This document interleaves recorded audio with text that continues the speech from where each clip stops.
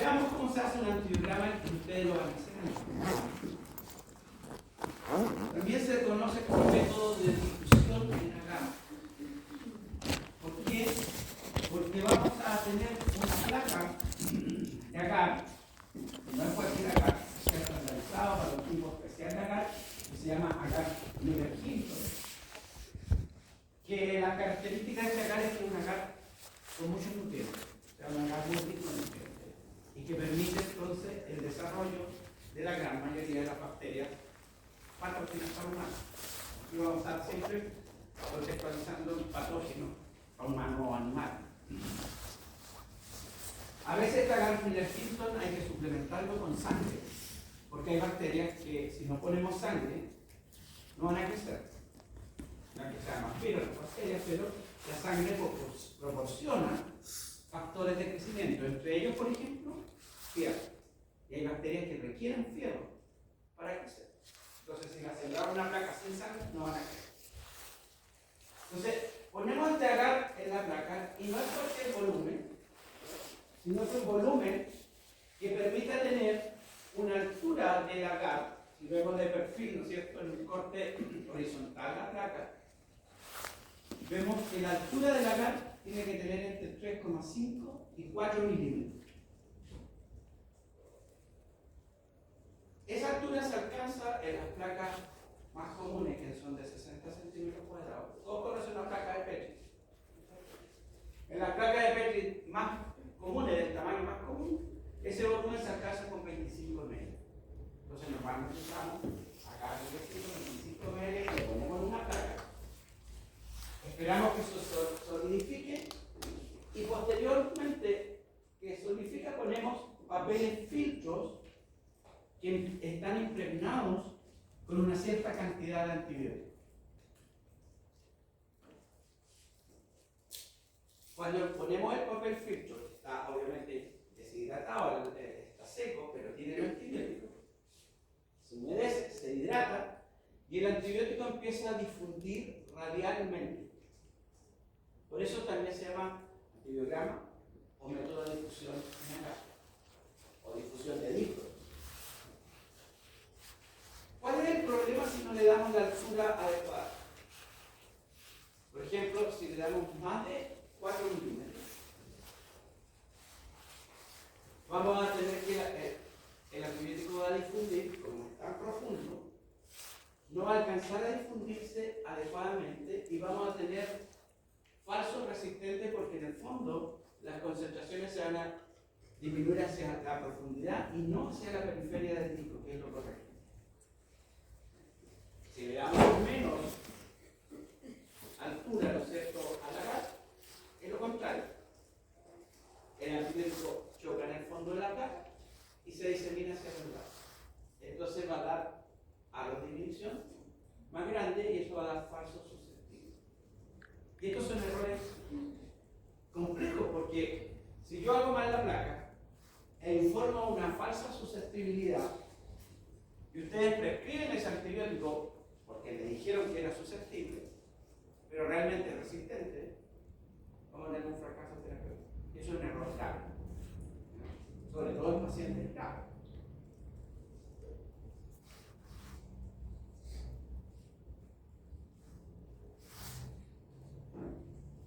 Entonces, ¿qué es lo que hace? Ponemos los discos, normalmente en una placa de Petri de este estilo caben 8 discos. Ponemos los discos, o sea, primero ponemos la bacteria, ¿ya?, en el agar. Hacemos una siembra en toda la superficie del agar a una concentración estandarizada y que corresponde a este estándar de fluidez que se llama etalón Marfan 0,5. Este Marfan 0,5 equivale a una concentración de bacterias de 1,5 por 10 elevado a 8 unidades por mol por millón de mililitros. Es decir, lo que estamos poniendo en la placa es a partir de una solución que tiene 1,8 unidades por mol por millón de mililitros. Ese es el estándar. Y todos los puntos de corte entre susceptible y resistente están basados en esta metodología. Si nosotros lo hacemos distinto, primero no es reproducible y segundo podemos tener pasos susceptibles o pasos resistentes. Si ponemos la bacteria en la placa y posteriormente ponemos los discos sobre este tapiz que hemos sembrado.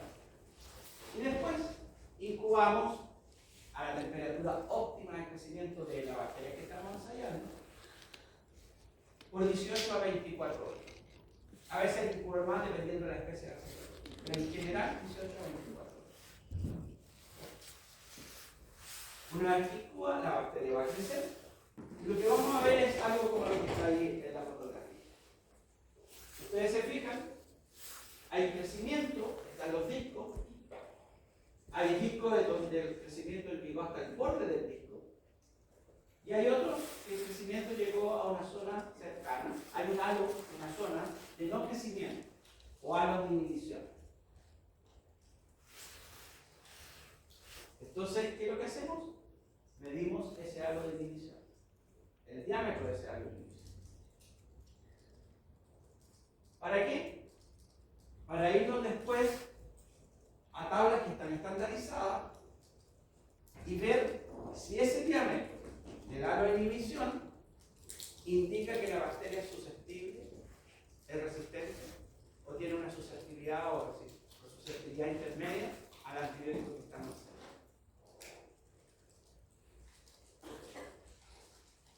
Aquí vemos un ejemplo mejor, ¿no es cierto? La placa, la célula de la bacteria creció, tenemos discos donde el crecimiento está al borde del disco. Es decir, ese antibiótico en realidad no tuvo ninguna acción sobre la bacteria. Por lo tanto, catalogamos a la bacteria como resistente. Y medimos los halos de inhibición para poder crecer. ¿Y dónde vamos a ir a revisar? A un manual que está estandarizado por un instituto de estándares que se utiliza en Estados Unidos y que nosotros seguimos en Chile. Y muchos países de Latinoamérica lo siguen. Los europeos tienen otro estándar, ¿ya? Pero son bastante parecidos, pero tienen otro estándar. En Europa se siguen por otra estándar. Nosotros en Chile nos guiamos por este estándar. Y en este estándar, ¿qué es lo que aparece? Aparecen las bacterias y aparecen los diámetros de halo de inhibición, e incluso también pueden aparecer las concentraciones mínimas inhibitorias que definen a esa bacteria que estamos ensayando. En este caso, por ejemplo, este ejemplo es Enterococcus, una bacteria gram positiva. Vemos el antibiótico y de acuerdo al halo de inhibición, al diámetro del halo de inhibición, categorizamos si la bacteria es susceptible, es intermedia o es resistente. De esa forma, entonces, nosotros sabemos si el antibiótico es activo o no sobre la bacteria. Si una bacteria llega, como les decía, hasta el borde del disco, claramente no hay que leer ningún estándar. O sea, esa bacteria es resistente. El tema es que cuando hay halo de inhibición hay que medirlo, porque este halo de inhibición es diferente para las distintas bacterias, especies bacterianas, y es diferente para los distintos antibióticos. ¿Ya? O sea, si yo tengo, por ejemplo, 15 milímetros, para este antibiótico, vancomicina, 15 milímetros dice que la bacteria es intermedia. ¿Cierto? Pero si yo veo teicoflavina, otro antibiótico, y tiene 15 milímetros, dice que la bacteria es susceptible a este antibiótico. Entonces, no es que un determinado diámetro halo sea equivalente para todos los antibióticos y para todas las bacterias. Tenemos que medir el halo y tenemos que compararlo en nuestro estándar. Ahora, estos valores que definen susceptibilidad y resistencia, ¿en qué se basan? Se basan en la concentración plasmática que se alcanza. Es decir, la potencia, es decir, la cantidad de disco, de antibiótico que tiene el disco, genera halos que nos permiten separar bacterias susceptibles y resistentes, y esa categorización también considera la concentración de antibióticos que se alcanza a nivel orgánico, es decir, a nivel plasmático. ¿Ya? Y por lo tanto, si nosotros decimos que una bacteria es susceptible, significa que si se administra ese antibiótico, debería haber eficacia terapéutica.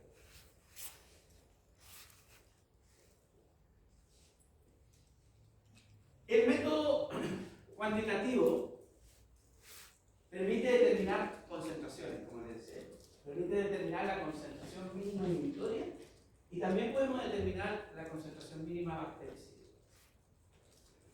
¿Cuándo? Cuando nosotros hacemos ensayos en series de tubos que tienen medios de cultivo y tienen antibióticos. Generalmente hacemos un gradiente de concentración. Por ejemplo, acá va de 100 microgramos por ml hasta un tubo que no tiene antibióticos, que es nuestro control de crecimiento. Estos tubos tienen entonces medio de cultivo y el antibiótico, la concentración de antibiótico adecuada. Aquí usamos caldo Müller-Hinton, todo está estandarizado para este medio. Y después entonces agregamos la bacteria en un inóculo determinado, que también está estandarizado. Una vez que agregamos la bacteria, incubamos a la temperatura óptima, 18 a 24 horas, y vemos si hay desarrollo. ¿Cómo se ve el desarrollo en un medio líquido? Por turbidez. Entonces vemos y observamos dónde están turbios los tubos, o sea, en qué tubos hubo crecimiento. En este ejemplo, todos estos que están aquí de color café, hay desarrollo. ¿Cuál creen ustedes que sería la concentración mínima inhibitoria?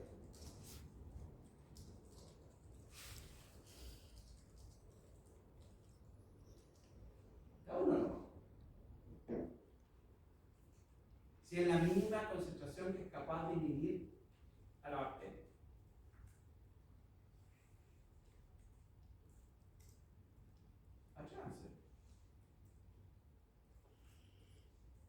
¿Cuál es la mínima concentración ahí donde no hay crecimiento?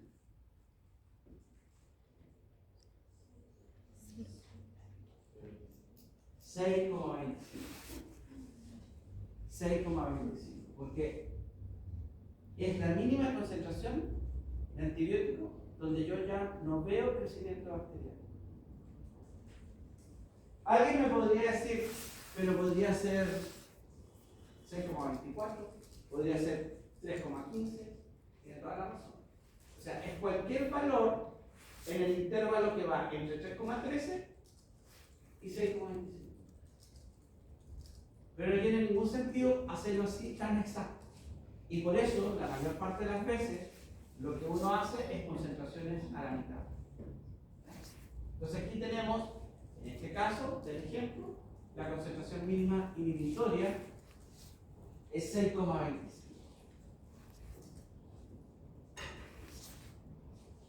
Lo que yo no sé es si en estos tubos donde hubo crecimiento o no hubo crecimiento, ¿ya?, las bacterias están solo inhibidas o están muertas.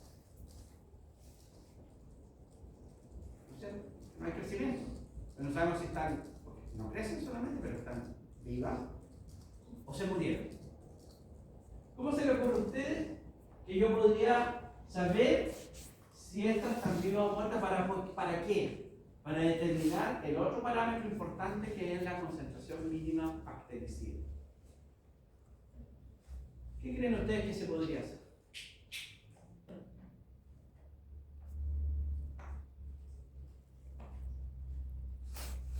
¿Cómo puede saber si una bacteria está muerta o está viva?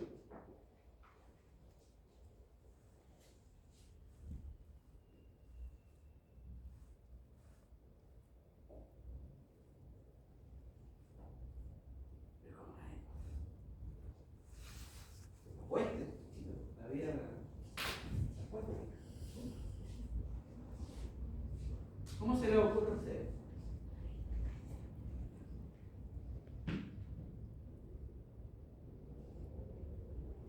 Tendría que trabajar partiendo con los tubos que no hay desarrollo, ¿no es cierto? Porque porque ahí no sé si están vivos o están muertos. Pero ¿cómo creen ustedes? ¿Cómo sé si una bacteria está viva o está muerta?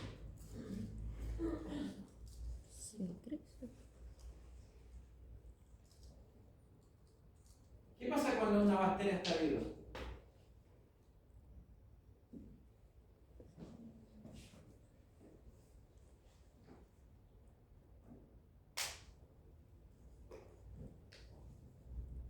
Me queda una hora más de clase, que me puedo esperar tranquilamente que me dé una respuesta, aunque sea errada.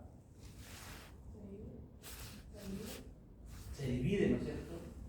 O sea, crece. Acuérdense que el crecimiento bacteriano no lo vemos en aumento de volumen, lo vemos en el aumento de el número de individuos de una población.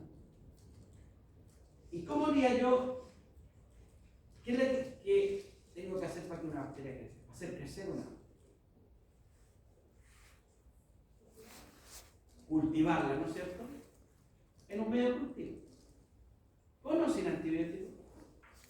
Sin antibióticos, porque lo que quiero saber si esas bacterias que ahí no crecieron están vivas o están muertas.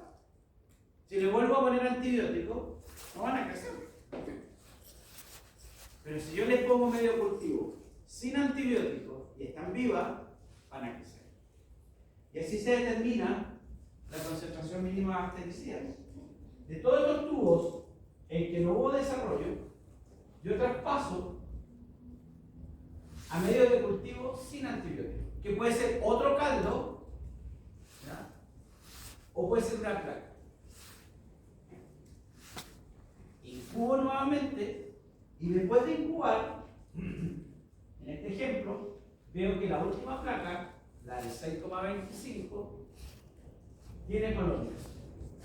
Porque acuérdense que en medio sólido el crecimiento bacteriano se manifiesta por la formación de colonias. Y el resto de las placas no. ¿Cuál sería la CMB?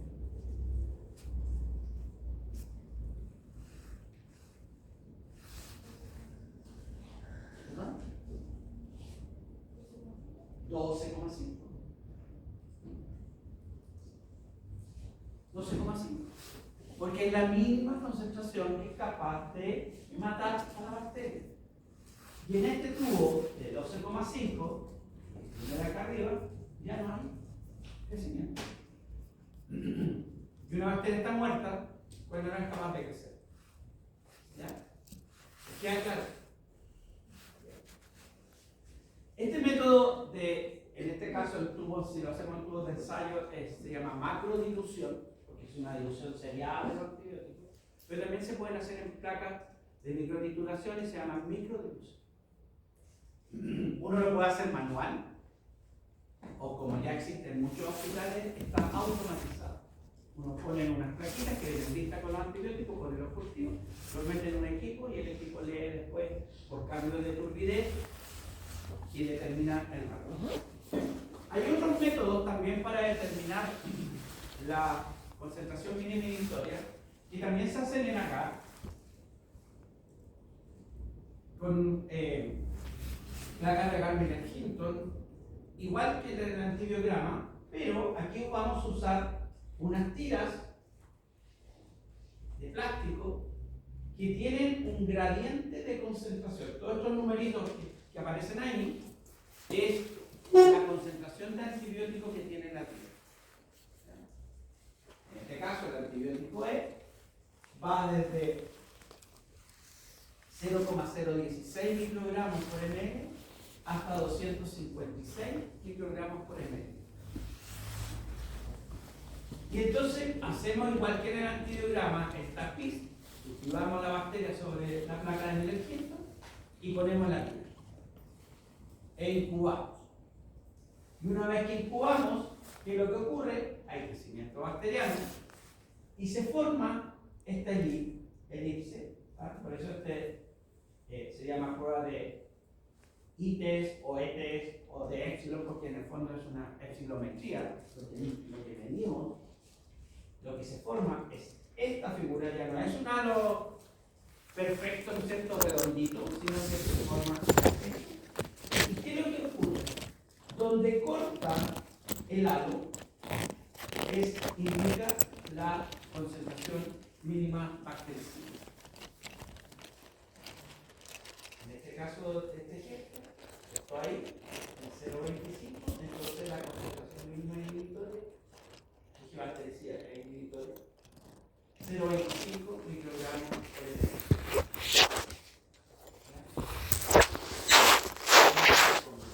Que tienen dos antibióticos, podemos ver efectos de sinergia antibióticos, etc. Es un método rápido, más rápido que el método de los tubos, pero tiene dos desventajas. Es mucho más caro. Y la otra desventaja, que en este método yo no puedo determinar la CNV con este método. Solamente puedo determinar la CNI. Si yo quiero determinar la CNV, tengo que hacer un método de dilución en cálculo para poder después traspasar de los tubos o pocillos donde no hubo crecimiento a un medio sin el tubo. Pero es un método muy rápido que nos permite determinar también la concentración mínima inhibitoria. Ahora, ¿qué es lo importante? ¿Cómo creen ustedes? Este es un gráfico que muestra las concentraciones mínimas inhibitorias y los diámetros del halo de inhibición para ese mismo antibiótico en un antibiótico. Y esta es la curva que da. Vamos a aumentar el agua. ¿Cómo será la relación del diámetro del halo de inhibición con la concentración mínima inhibitoria? ¿Será proporcional? ¿Será inversamente proporcional? ¿Qué creen ustedes?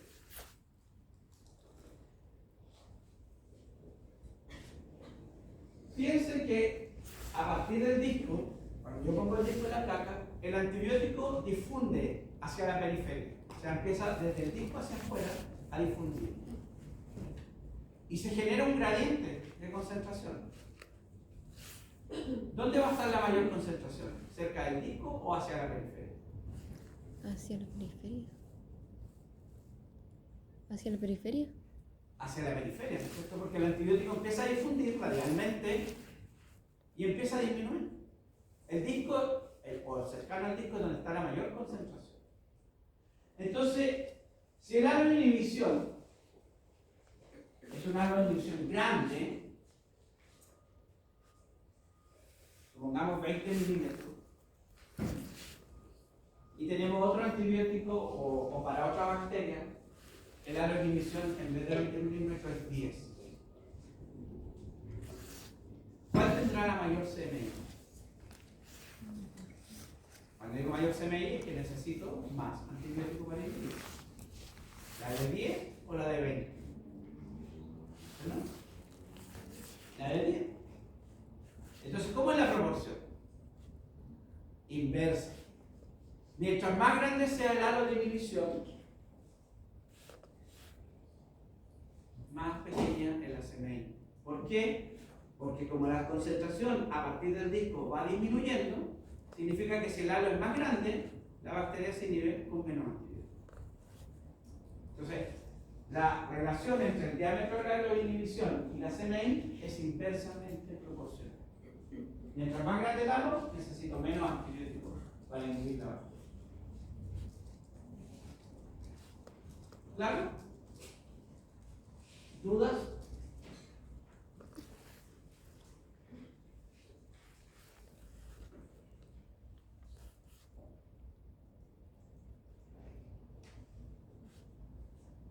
Vamos un poquito aterrizando la materia. A ver, ustedes, pero todos lleguen a hacer. ¿Cuándo van a usar antibióticos? Después le voy a mostrar lo que se indica, digamos, como adecuado para usar. Pero lo primero que quiero mostrarles es que si nosotros ponemos una lista de antibióticos en esta torta, por ejemplo, en este trabajo, casi el 80% de los antibióticos usados en absceso periapital, por ejemplo, el 7 casos de osteopenia apical fue una combinación de un antibiótico beta-lactámico más un inhibidor de beta-lactamasa, que es amoxicilina más ácido clorhídrico. Después, un azálido derivado de lo que son los macrólidos, que es la citromicina. Y después, muy marginalmente, otro antibiótico. Este otro trabajo, donde vemos cuáles son los antibióticos más usados. Lejos, acitromicina, amoxicilina más ácido clavulánico o amoxicilina solo. ¿Sí? ¿Qué quiero ejemplificar con esto? Salvo algunas excepciones de especialidad que se dediquen ustedes van a tener que manejar muy pocos antibióticos, afortunadamente. ¿Por qué? Porque los patógenos a los cuales se van a enfrentar generalmente tienen un comportamiento bastante estable, a pesar de que la resistencia igual ha ido subiendo, no es similar a lo que ha ocurrido, por ejemplo, en los hospitales. Entonces, en la práctica general van a encontrarse que van a fluctuar, van a usar en general no más de 4 o 5 antibióticos, ¿no? Con gran prevalencia de lo que llamamos los beta-lactámicos. Vamos a hablar un poquito de eso. Y macrólidos, ¿por qué? Porque las personas que... ¿Hay algún alérgico a la penicilina? Pero no es infrecuente la alergia a los beta-lactámicos. Y cuando hay alergia a los beta-lactámicos, se nos cae un tremendo grupo de antibióticos. Esos son de los más usados. ¿Por qué son más usados? Porque el blanco que tienen de acción es la pared, la síntesis, la pared bacteriana. Y la pared bacteriana existe en otros organismos vivos. El péptido glicano existe en otros tipos celulares. ¿Las células eucariontes tienen péptido glicano? No. Entonces es bastante específico. Y eso significa que son bastante inocuos. Salvo estas situaciones en pacientes con cierto rango idiopático en que generan estos procesos alérgicos. Y a veces muy severo. Hay personas que se han muerto de un shock anafiláctico por la inyección de una penicilina. Entonces, en esos casos hay que cambiar alternativa. Y generalmente la alternativa que reemplaza a los beta-lactámicos, si es que no hay resistencia, son los macrólidos. Y ahí dentro de esos macrólidos está este grupo especial que son los azálidos. Entonces, por eso siempre van a ver que la gran mayoría de las veces se van a usar antibióticos como esos que están ahí en el recuadro.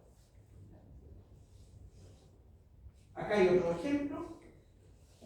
¿Ya? Este es un trabajo realizado acá en Chile.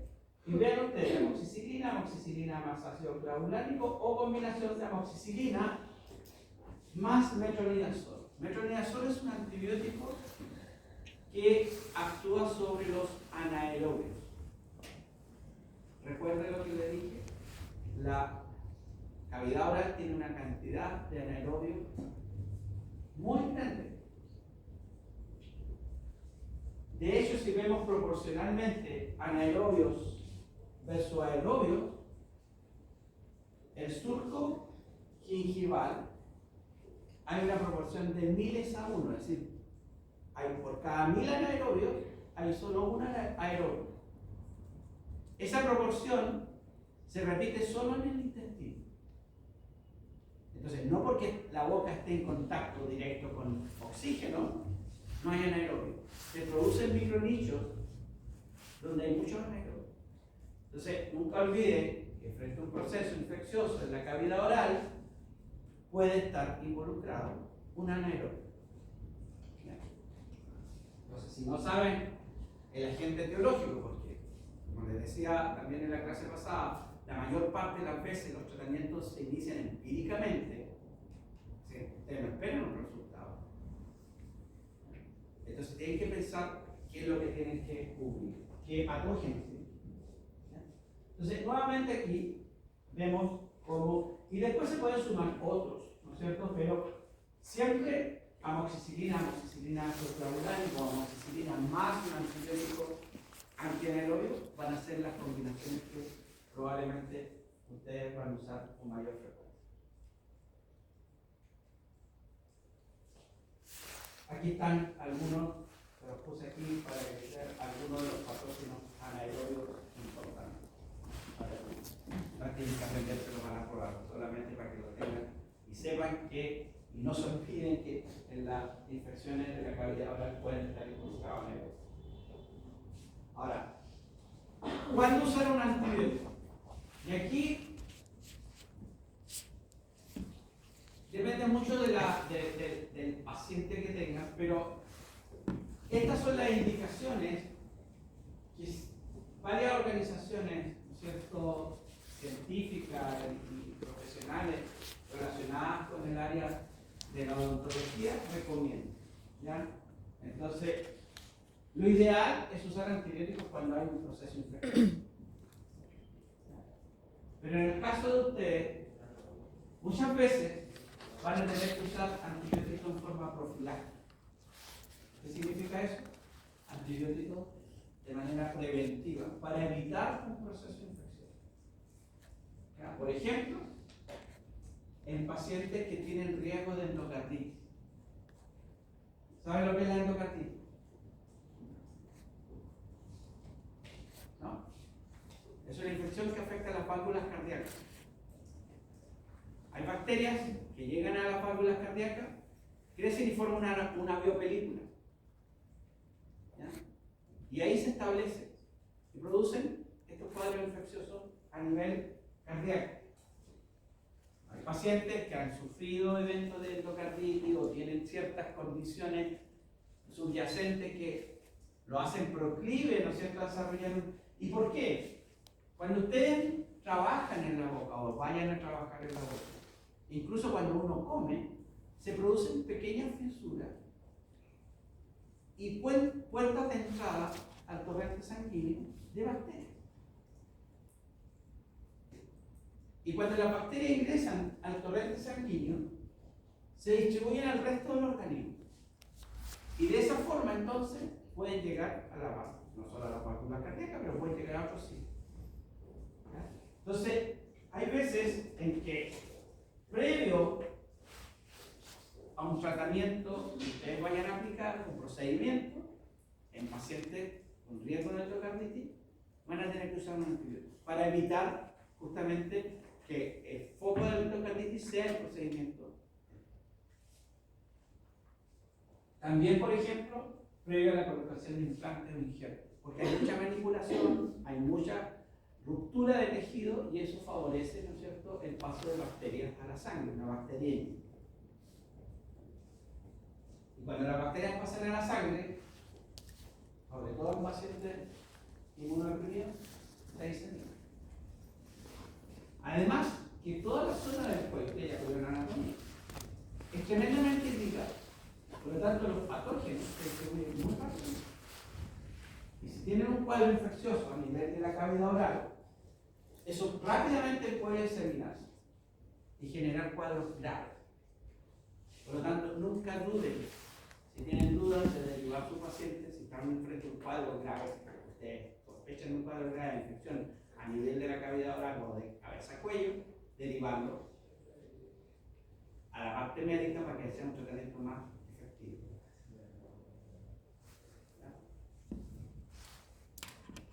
¿Cuáles son los antibióticos más usados? ¿Qué es?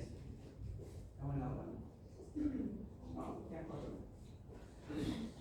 Antibióticos beta-lactámicos.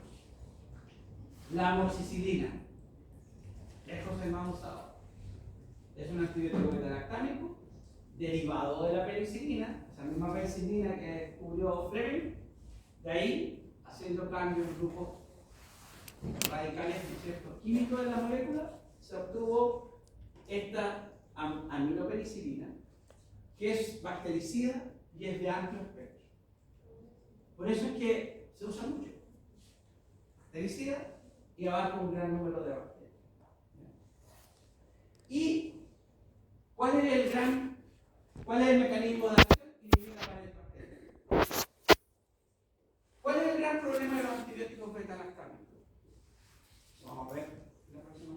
beta-lactamasa, que son enzimas que degradan a las penicilinas, a los beta-lactaminos. Y al hidrolizarla se pierde la actividad antibacteriana. Entonces, ¿qué es lo que se hace muchas veces? Es asociar la amoxicilina con un inhibidor de beta-lactamasa que es el ácido clavulánico. Por eso es que, previniendo esta acción de la beta-lactamasa, muchas veces se usa amoxicilina, ácido clavulánico, en vez de amoxicilina. El gran problema de los beta-lactámicos, como les decía yo, bueno, la resistencia, pero es los pacientes alérgicos, que seguramente ustedes se van a enfrentar en algún momento de su vida profesional.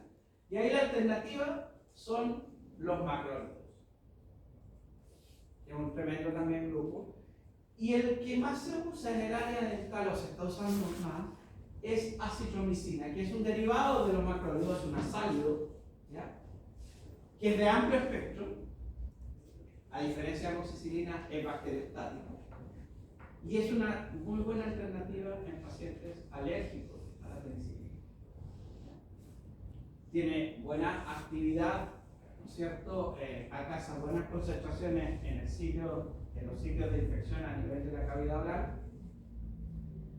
Y en algunos casos, incluso dependiendo de la especie bacteriana, puede comportarse como un antibiótico bactericida. Metronidazol, un antibiótico que es bactericida, que tiene amplio espectro, incluso actúa sobre algunos protozoos. Eso también le ha jugado en contra porque se ha usado mucho en otros cuadros infecciosos no bacterianos. Pero lo importante es que tiene actividad sobre anaerobios, incluyendo varios anaerobios que son importantes agentes causales de infecciones a nivel de la cavidad oral. Tiene muy buena efectividad contra la mayoría de las bacterias que causan infecciones orales. Entonces, por eso es que se asocia, como lo vimos en esos ejemplos, ¿no es cierto?, muchas veces amoxicilina, bactericida amplio espectro, más metronidazol, que nos cubre, porque la amoxicilina no cubre los anaerobios. ¿Ya? Entonces, asociamos metronidazol y ahí cubrimos el máximo. ¿Qué es lo ideal? Con esto termino. Es siempre conocer si el tratamiento que estoy indicando es el adecuado. Y para eso la única forma es hacer pruebas. Cosa que es muy poco frecuente en el ámbito profesional. Lo cual no me parece adecuado. Porque ¿qué pasa si no ven mejoría con un paciente? Con un determinado antibiótico. ¿Cuál sería el paso lógico? Cambiar el antibiótico. Pero si no tienen idea de lo que está pasando en el sistema, nuevamente van a ir empíricamente y nuevamente pueden fallar. Entonces la microbiología, es decir, antes que el paciente inicie el tratamiento, que se tome una muestra, se envíe al laboratorio y se sepa qué es lo que es y se sepa la susceptibilidad de esa bacteria, es tremendamente útil para saber si el tratamiento que indiqué empíricamente de forma inicial es el adecuado o no. Incluso, si, aunque sea el adecuado, yo puedo descalar, es decir, puedo bajar, sabiendo la bacteria, puedo bajar un antibiótico que sea de menos efecto y genere menos efectos colaterales en la microbiota normal, ¿no es cierto?